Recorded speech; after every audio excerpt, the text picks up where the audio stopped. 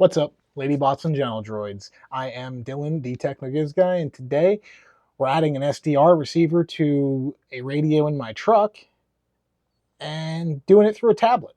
Okay, so basically the core concept of what we are going to do today is we are going to use an Android tablet, this Android tablet to be exact,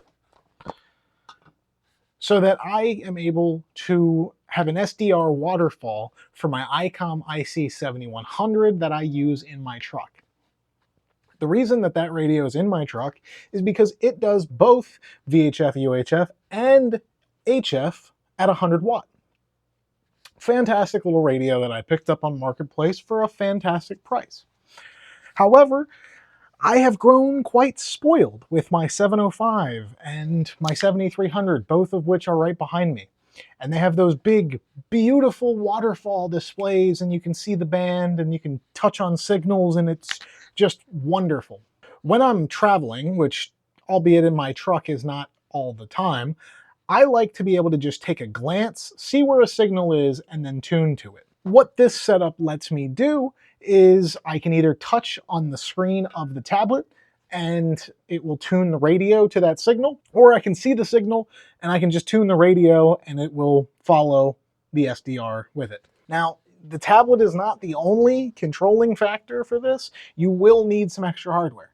For one, you're going to need some kind of SDR. Now, you can run an SDR directly with an Android tablet.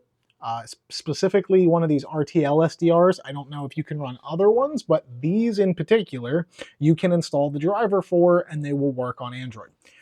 We're not doing that. What I'm going to do is use a Raspberry Pi to run an SDR server for this. So this will get plugged into the Pi, and then the tablet is just going to use SDR++ to connect to the Pi. Then on the Pi, there's also going to be WFView running, which is an open source software to control ICOM and I think Kenwood radios, I think. It's open source, it's free, works wonderfully. So the Pi has that, and it also has a little Python script that I threw together to control both the SDR and the WFView simultaneously. So basically it pulls one, pulls the other, checks for changes, makes those changes match. And that all works over Rigctl. Now, if you want to just set up WFView and have your frequency with SDR++ match your radio, cool. Just grab the Python script that will be in my GitHub, linked below. If you're trying to do what I'm trying to do, or you're interested in what I'm trying to do, then you will want to follow along. Now, the GitHub repository that I have linked is actually an installer for this Pi. You clone the repo, you run the installer, and it will set up a service on the Pi. It will download the RTL-SDR drivers, as well as WFView, which on Linux you have to download and compile from source, so my script does all that automatically. It sets up an environment file that you can use to modify settings, and then it's off to the races. You get your radio set up and configured. Once you do, you get your tablet, you get on SDR++, which I will show you guys how to install SDR++ on the tablet here in a second. Once you get all that done, you'll connect to it, and the Pi will act as the radio server. Now, we need something else, because my 7100 does not have a panadapter output. I don't have an IF tap or an RF tap. So I need some kind of way that I am able to kind of share that RF load to my SDR. I don't want to put another antenna on my truck. Instead, what we're using is one of these SDRswitch.com switches. This is not the one we're using. The one we're using is already in an ammo can, but basically what these are really high-end, nice quality, super low loss switches for SDR radios. So let's jump into the parts in the ammo box, and then we're going to set up the tablet and the actual Pi. Then we're going to go out to my truck and plug it all in. I'm going to show you guys how it works and get this rocking. Okay, so let me zoom out here. So this totally not a bomb looking contraption here is the ammo can that houses everything. So if we open it up, got all the little parts in here. So it's not complicated. So we have the RTL SDR, which is kind of the main brain of this. It's the receiver that we're using. So this is the SDR switch. So like I said, it's got the transmitter, the RX in, the RX out, and then the antenna. So you jump the RX in and out with a little wire here like this, and then you tap into one of them for your SDR. So coming off of that tap comes into this LNA, which gets power from this little tiny 12 volt to micro USB adapter that I got. And that actually just plugs directly into the back here. So these SDR switches use RCA jacks as the plugs. So I bought some RCA jacks and I just, obviously I made the LNA plug. So since it has that, the LNA jack on here is 12 volts. So this little buck converter was perfect, honestly.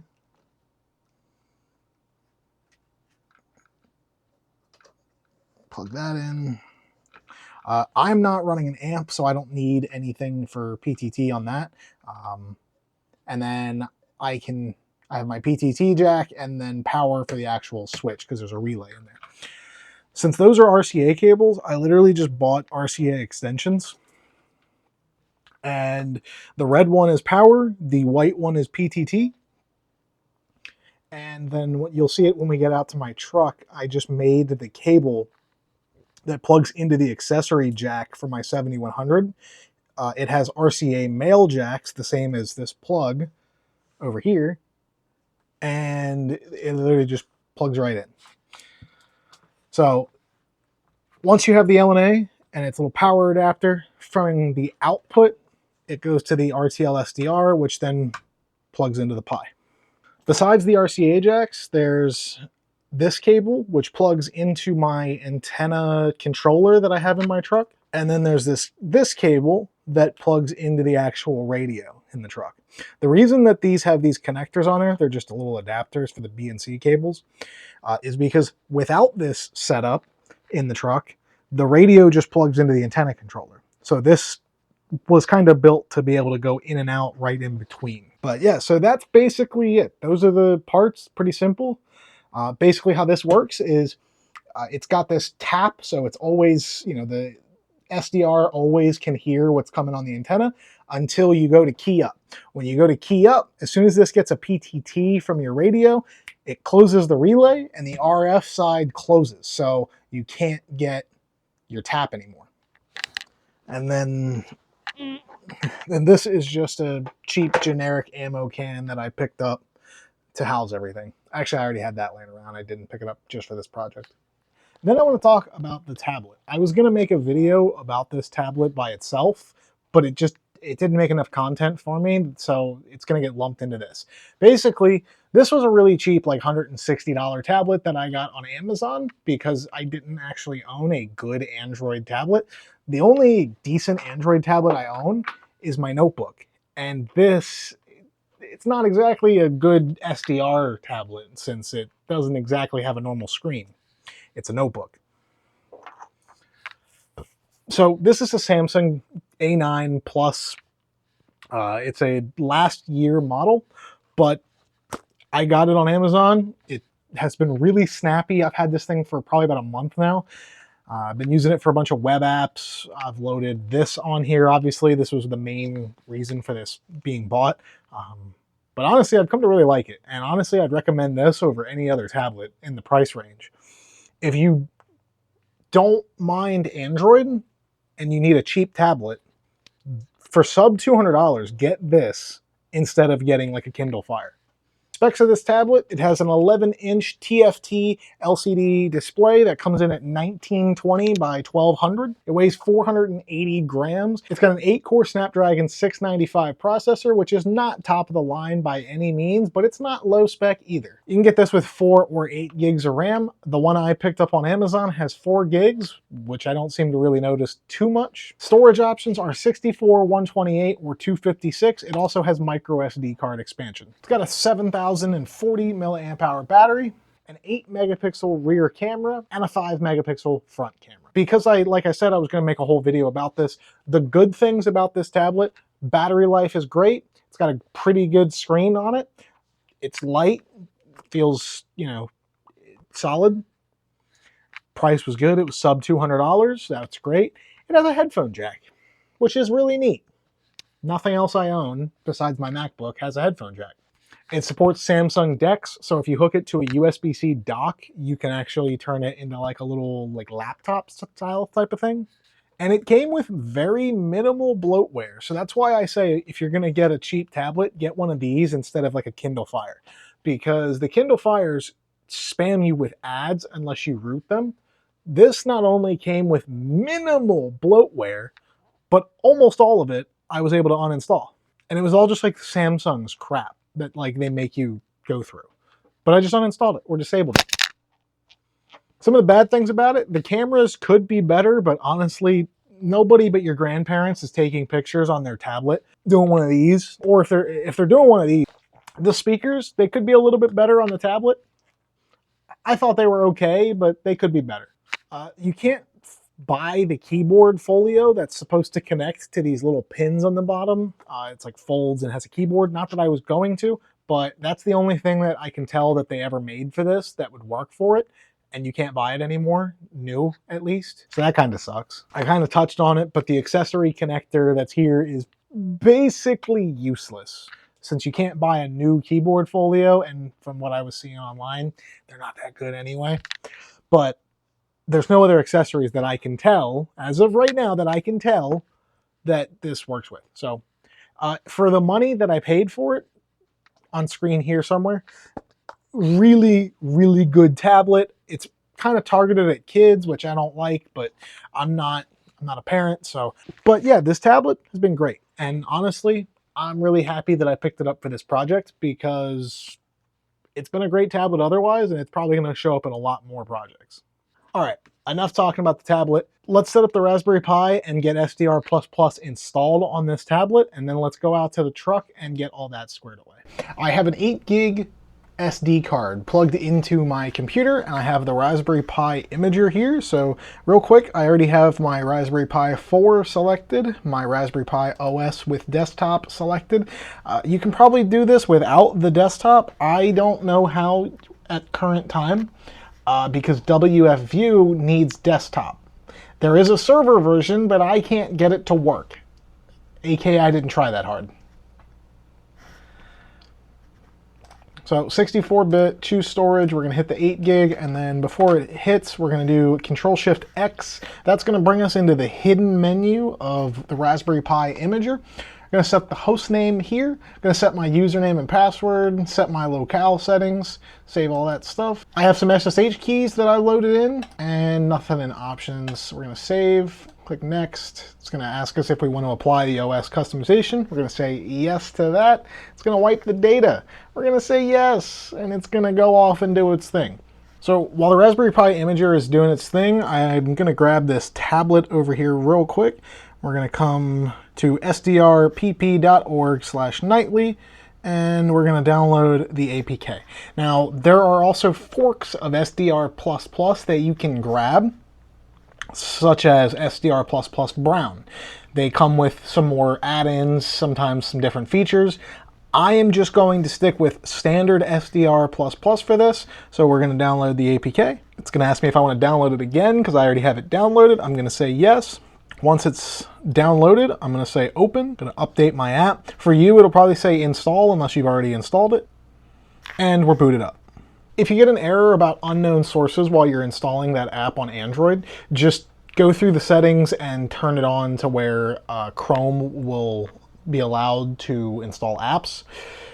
It'll walk you through how to do it. It'll ask you if you want to do it, you'll say yes, and you'll just have to follow the steps it tells you to do. But it lays them out pretty well if you've never installed a third-party app before. I suspect if you're watching this video, you probably have installed a third-party app once or twice.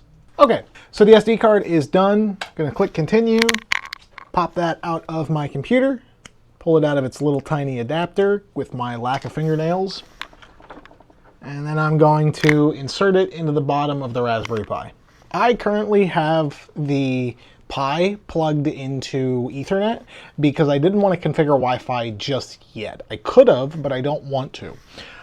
I'm going to tell the Pi to join the Wi-Fi network of my ComJot radio that I did a video on a little bit back. Watch it up here. But I use this for a hotspot for all my radio stuff since I usually carry it and it doesn't require me to drain my phone's battery. I don't actually need internet access on this. All I need is a connection between this Raspberry Pi and the Samsung tablet. That being said, I will be installing Tailscale on the Raspberry Pi so that way while it's hotspotted to this, I can VNC or SSH into it easily and be able to diagnose or troubleshoot things if they break. After all, I built this. It's probably gonna break. Okay, it says that the Raspberry Pi is online, so let's see if that is the case.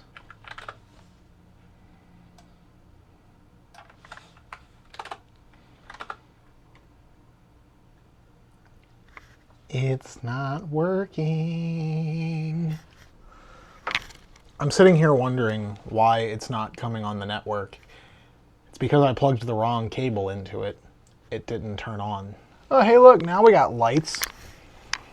It helps if you turn the damn thing on. And there's an SSH key failure because of course there is. I forgot to take it out of the keys. Okay, now we're SSHing in. I put in my SSH key so I don't have to type in a password. And we're going to do sudo raspi config.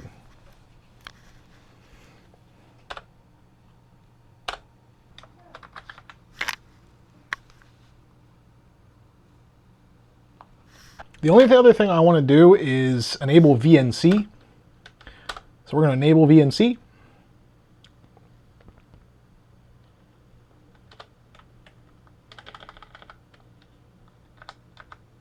We're going to say finish. Then we're going to do the normal stuff. Sudo apt update. Sudo reboot. All right, open up a VNC viewer here. We're going to do my 10, 19, 21, 149.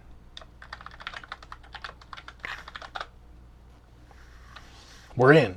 Theoretically, if all goes well and I don't have to do multiple takes of this video, I should be able to run this one-line command, interact with the console a couple of times, and have a working setup for my SDR.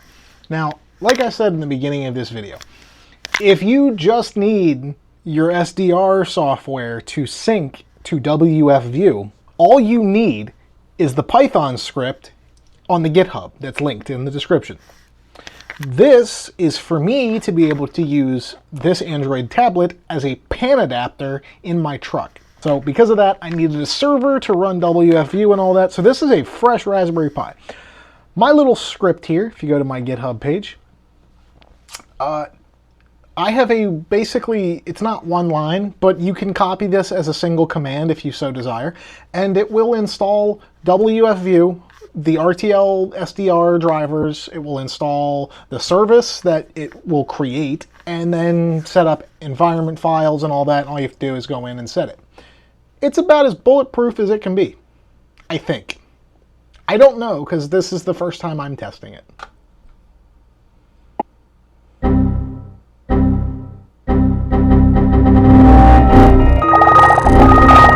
Okay, so it did not do that manually. I don't know why, but I'll figure that out. So it did download it though. So I renamed it manually. I'm cdn in.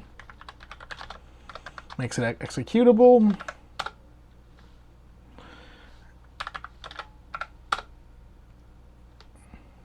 Okay, so you're going to hit the first question here. It's going to ask you if you want to install the dependencies. We're going to say yes. The next question you're going to get asked is, do you want to download the WFView source code? We're going to say yes to that. Actually, it's just an enter. We're going to hit enter again. And this one's actually going to take a couple minutes, so water break. So that took like a while. It took like 22 minutes. All right, now it's going to ask if you want to install WFView. So if you go through all of that and you don't install the software, I don't know what's wrong with you. I'm going to say yes. Okay, and WFView just started up. So we're gonna say USB port on this PC, next, finish. I'm just gonna preemptively set this to the settings I know I need to use for the 7100 that is in my truck. I do have my 7300 hooked up right now, but I'm not gonna use that, so I'm just gonna leave this set to auto. It also uses a different baud rate. Save those settings. And then we gotta come to external control. I'm gonna turn on the rig control. So let's jump into here really quick. I'm gonna have to get the IP address of the tablet. That's 245.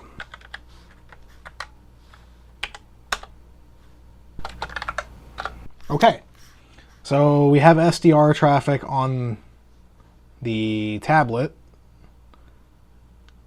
There's no antenna hooked to that SDR, so it's not going to work. But Rigctl does not seem to be working. Wrong permissions on runtime directory. Run user 1000. So it did in fact work. It's just something is broken with the script. That wasn't ideal. So I hope I didn't just lose a bunch of footage because my camera died on me because I wasn't paying attention.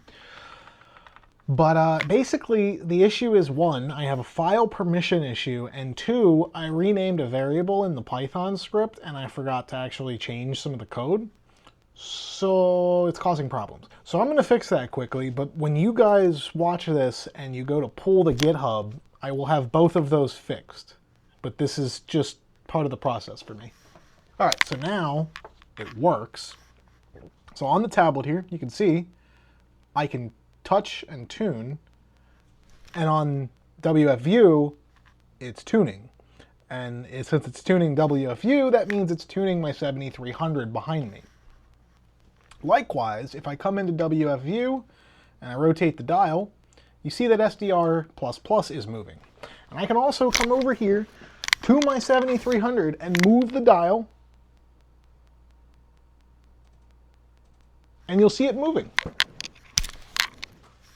So I got it working, it's fixed. Now we just gotta go take it and put it in the truck. So I don't know how well you guys are gonna be able to see this, but I have the radio mounted under the seat in here. So this is the passenger seat of my truck, and the 7100 is mounted in there, and I have these RCAs coming out as well as a USB cable for data. And then over here is the controller for my ATAS antenna, which of course is right there. You guys might remember me putting that on the Maverick. It's now on my personal truck, my Ranger. I'm trying to figure out what to do on the Maverick because there's a lot of noise on the Maverick. So I put this in here, no noise. Here's the ammo can, so let's get it open, we'll hook it up.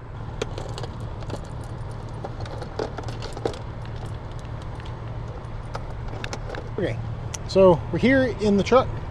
I got this cable that goes to this, well, you can't see it, and I don't have a way to move the camera, but there's a gray cable down here that I'm going to plug in, and that goes down to my radio. And then this long BNC cable that I put the SO239 male adapter on is going to plug into my antenna adapter. I forgot the tablet. Okay, so we have the box, the radio's hooked up, you can see the RCAs are hooked up coming out, and then I just got to plug in the Pi, which I'm going to wait a second because I got to go get the tablet and my CJ1 for the hotspot. All right, we are already off to a terrible start since this does not seem to want to work right now. Pretty sure all I had to do was start the service, but it should start automatically. Focus, come on. Come on.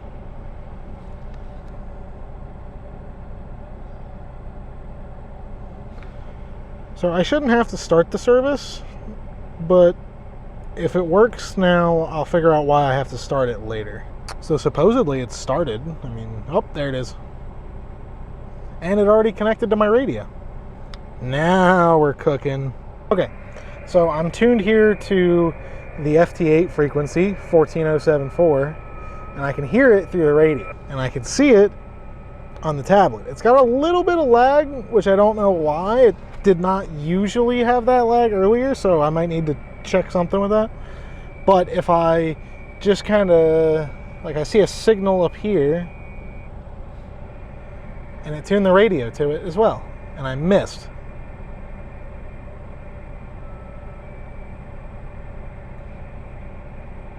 Let me jump over to this signal here.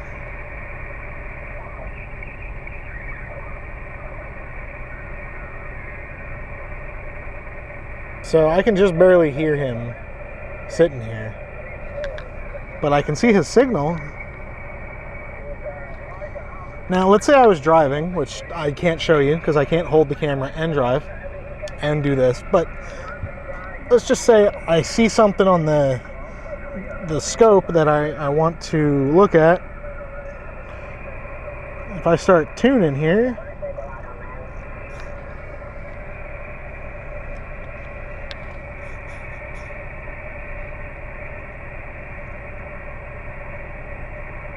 scroll from the radio and it will move the SDR. So basically what this allows me to do is control the radio completely from the tablet just by dragging my finger along or touching, or I can control the SDR from the radio, which is really nice because now basically my 7100, which was already a really nice radio, it just didn't have the nice digital features that I've grown very accustomed to.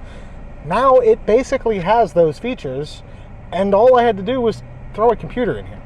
Now, what I might do in the future, if I end up actually liking this and using it, I'm going to tweak it a bit, and I'm going to figure out why the service isn't starting before I post this video. But once I figure out why the service is not starting, then I'm going to post this video. The GitHub will work and all that, and you guys are welcome to use this or change it or whatever, however you see fit. But yeah, you'll be able to just do this, control your ICOM rig, and like I said, you can add an SDR to this.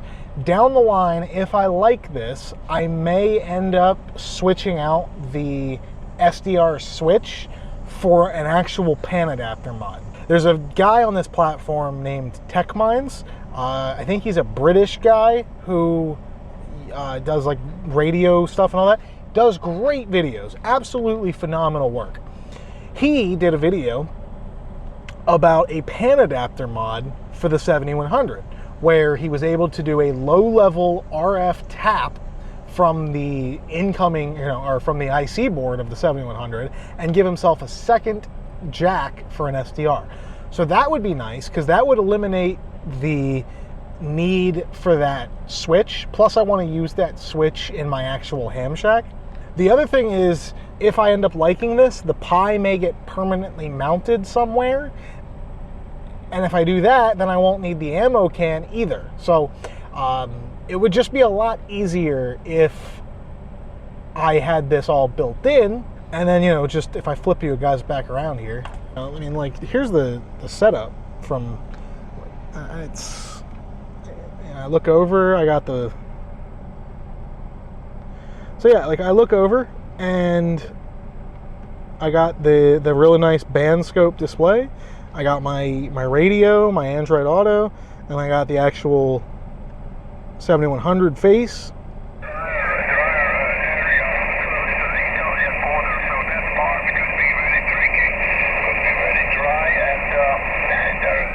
So yeah, really good way to add SDR-like capabilities to a radio that doesn't otherwise have them. Is it a little clunky? Yes. Am I sorry about that? No, not at all. It works for what it is. Anyway, I hope you guys enjoyed this video. If you did, please leave a like. If you're new to the channel, please subscribe. I am Dylan, the Techno Giz Guy. I'll see you in the next video. And until that time, remember, keep it peaceful.